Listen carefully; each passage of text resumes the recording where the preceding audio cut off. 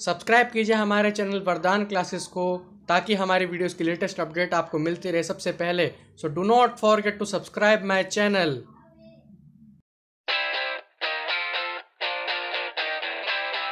तो स्वागत है आपके इस बहुत ही खास वीडियो में, जिसमें हम आज आपको बताएंगे बोर्ड्स के, जो अगर आप लोग 10th क्लास के या 12th क्लास के, क्योंकि 12th क्लास का तो मैं नहीं कह सकता, बाकी अगर आप लोग 10th क्लास में हैं और अगर आप लोग इस साल बोर्ड का पेपर दे रहे हैं तो आप लोगों के लिए मैं कुछ अच्छी अच्छी ट्रिक्स बताऊंगा कि आप लोग अपना एग्ज़ाम किस तरीके से दें कि आप लोगों को उसमें अच्छे नंबर मिल सकें।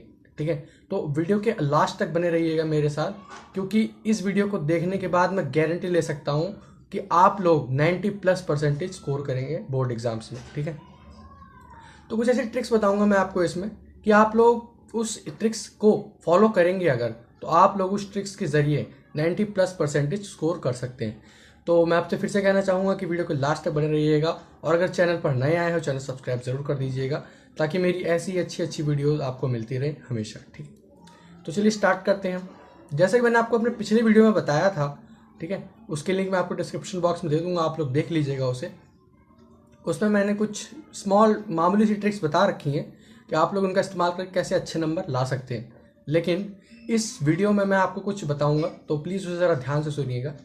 ठीक है, आपके पास कई तरीके के क्वेश्चंस आते हैं पेपर में, एग्जाम्स में आपके पास कई तरीके के क्वेश्चंस आते हैं, जैसे multiple choice question, question answer, short question answer, long question answer, और इंग्लिश में है तो उसमें फिल इन द ब्लैंक्स और रीअरेंज वगैरह। मतलब बहुत तरीके के क्वेश्चंस आपके बनाए जा सकते हैं।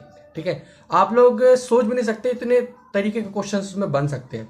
अब तो कुछ नए तरीके आ गए कि एसएसटी में और आपके साइंस में पैसेज दे देते हैं। ठीक है, यानी कि आपका एग्ज़ाम जो है वो बहुत ही ईजी कर दिया है, बहुत ही ईजी कर दिया, इतना ईजी फॉर्मेट कर दिया है आपके एग्ज़ाम का कि आप लोग बहुत ही आसानी से उसमें 90+ स्कोर कर सकते हैं। ठीक है, बहुत ही आसानी से, आपको कोई दिक्कत नहीं आनी चाहिए 90+ स्कोर करने में। तो मेरे कहने का ये मतलब है कि उसमें कई प्रकार के क्वेश्चंस होते हैं। अगर आप लोगों को, मैं आपको कुछ बता रहा हूँ, प्लीज़ ध्यान से सुनिएगा। साइंस का है अगर आपके पास, तो साइंस के लिए आप लोग थ्योरी पढ़ लीजिएगा। जैसे कि मैंने आपको पहले बताया था, साइंस सबसे पहले हम सब्जेक्ट वाइज स्टार्ट करते हैं, सबसे पहले सब्जेक्ट लेते हैं हम साइंस। ठीक है, तो थ्योरी आप उसमें ज़रूर पढ़ लीजिएगा, थ्योरी हर एक चैप्टर्स की। जैसे मैंने आपको पहले बताया था मैथ्स थ्योरी, तो मैं आपको सीधी सी बात है, थ्योरी तो सभी लोग कहते हैं पढ़ लीजिएगा क्योंकि थ्योरी इंपॉर्टेंट है। और न्यूमेरिकल्स फिजिक्स में आएंगे न्यूमेरिकल्स आपके, क्योंकि केमिस्ट्री में तो न्यूमेरिकल्स है नहीं आपके, वो या तो 9th में आते हैं 11th में आते हैं, केमिस्ट्री के न्यूमेरिकल्स 9th में आते हैं 11th में आते हैं। ठीक है, तो 11th में तो अगर आप लोग साइंस लेते हो तो आपके ऊपर डिपेंड करता है, बाकी अगर 11th में आप लोग करते हैं साइंस तो आपके लिए वहाँ न्यूमेरिकल्स तो बहुत है, बहुत। न्यूमेरिकल्स की तो कोई कमी है ही नहीं। आप लोग अगर सोच रहे हो कि न्यूमेरिकल्स कम है, तो ऐसा कुछ नहीं है। आपके पास न्यूमेरिकल इतने सारे मिलेंगे ना आपको, आप लोग सोच भी नहीं सकते इतने न्यूमेरिकल्स है 11th क्लास में। ठीक है, तो प्लीज़ न्यूमेरिकल्स ज़रूर कर लीजिएगा, बिना न्यूमेरिकल्स किए आप अच्छे स्कोर नहीं कर सकते साइंस में। ठीक है, अब मैथ्स की बात करते हैं। मैथ्स में जैसा कि मैंने आपको पिछली वीडियो में बताया था कि लास्ट से स्टार्ट कीजिए, स्कोरिंग नंबर्स के क्वेश्चंस को स्टार्ट कीजिए। ठीक है, स्कोरिंग नंबर के क्वेश्चंस अगर आप स्टार्ट नहीं करेंगे तो आप लोग बाद में पछताएंगे कि मैंने वो वाला क्वेश्चन आता था लेकिन मेरे से छूट गया, मेरे पास टाइम नहीं बचा। क्योंकि मैं आपको बता दूं कि 3 घंटे ज़्यादा वक्त देते नहीं हमारे गवर्नमेंट स्कूल्स की तरह या प्राइवेट स्कूल्स की तरह। अगर आप कहें कि मैम 5 मिनट या 10 मिनट मुझे थोड़ा सा एक्स्ट्रा दे दीजिए, तो ऐसा वो करते नहीं। ठीक है, क्योंकि 3 घंटे ही मैक्सिमम टाइमिंग होती है कि आप उस पूरे के पूरे एग्ज़ाम को कवर करें। ठीक है, 3 घंटे के अंदर ही आपको पूरा एग्ज़ाम कवर करना होता है, तो आप लोगों को टाइमिंग तो बताई नहीं जाएगी उसमें। ठीक है, तो timing is very very important. आप लोग कम समय में क्वेश्चंस को अच्छे तरीके से सॉल्व करना सीखिए। ठीक है, एक टाइमिंग फिक्स कर लीजिए कि मुझे एक क्वेश्चन पे इतना टाइम ही देना है, इससे ज़्यादा नहीं देना है।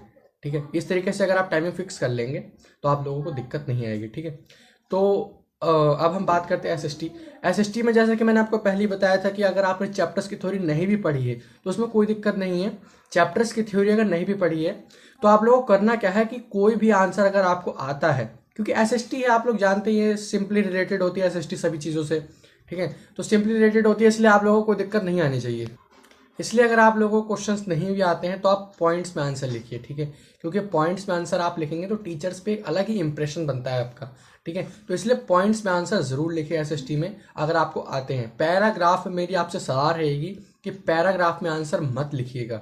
ठीक है, पैराग्राफ में अगर आप आंसर लिखते हैं तो टीचर बहुत ही गहराई से चेक करता है उस चीज़ को, और अगर आपने उसमें कुछ बीच में गलतियां कर दी होंगी तो आपका काफ़ी मार्क्स कट जाते हैं उससे, ठीक है। तो मेरी आपसे तो ये सलाह रहेगी कि एसएसटी के जितने भी आंसर्स हैं उनमें से किसी को भी पैराग्राफ में मत लिखिएगा, ठीक है। हमेशा पॉइंट्स पे बना के लिखिएगा, तभी आपके अच्छे स्कोर आ पाएंगे। अगर आपका 5 नंबर का क्वेश्चन है तभी टीचर आपको उसके 5 नंबर देगा, अगर उसके आंसर सही हैं और पॉइंट्स में है, नहीं तो 4, 4.5 ऐसी नंबर देगा आपको, यानी कि 1 नंबर या आधा नंबर आपका यहीं पे कट जाएगा। इस तरीके से आप पर क्वेश्चन लगा के देख लीजिए, 36 क्वेश्चन होते हैं, एक नंबर भी कटेगा तो आपके 36 नंबर कटेंगे। खुद सोच लीजिए आप लोग, ठीक है। तो आप लोग खुद ही समझदार है, आप लोग बात समझ ही जाएंगे।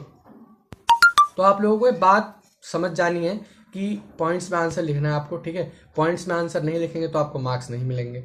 अब हिंदी इंग्लिश में मैं आपको नहीं बताना चाहूँगा कुछ भी, क्योंकि आप लोग हिंदी इंग्लिश जानते ही हैं, बहुत ही ईजी सब्जेक्ट है, आप लोगों को कोई दिक्कत नहीं होनी चाहिए उसमें। मेरा लास्ट सब्जेक्ट है संस्कृत।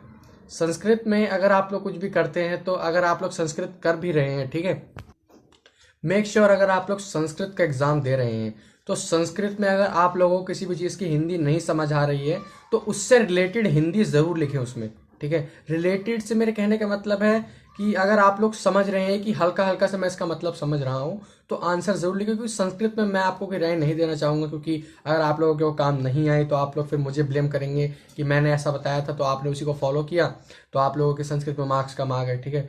तो ये थी कुछ छोटी मोटी ट्रिक्स जो मैं बता सकता था बोर्ड एग्जाम्स को लेके, ठीक है। तो एक लास्ट इम्पॉर्टेंट मैं आपको बता दूं कि अगर आप लोग 9th या 11th क्लास में हैं, ठीक है, तो मैं आपको बता दूं कि स्कूल्स खुल चुके हैं 9th और 11th के, ठीक है। उसके जो नोटिस हैं, नोटिस मैं अपनी अगली वीडियो में डाल दूंगा, क्योंकि अभी नोटिस जारी नहीं किए गए हैं सीबीएसई के द्वारा। तो उसके नोटिस के लिए मैं इसी वीडियो के डिस्क्रिप्शन में उसकी लिंक दे दूंगा, आप लोग देख लीजिएगा। नोटिस 9th और 11th क्लास के लिए, ठीक है। तो पढ़ाई करते रहिए, ऑल द वेरी बेस्ट।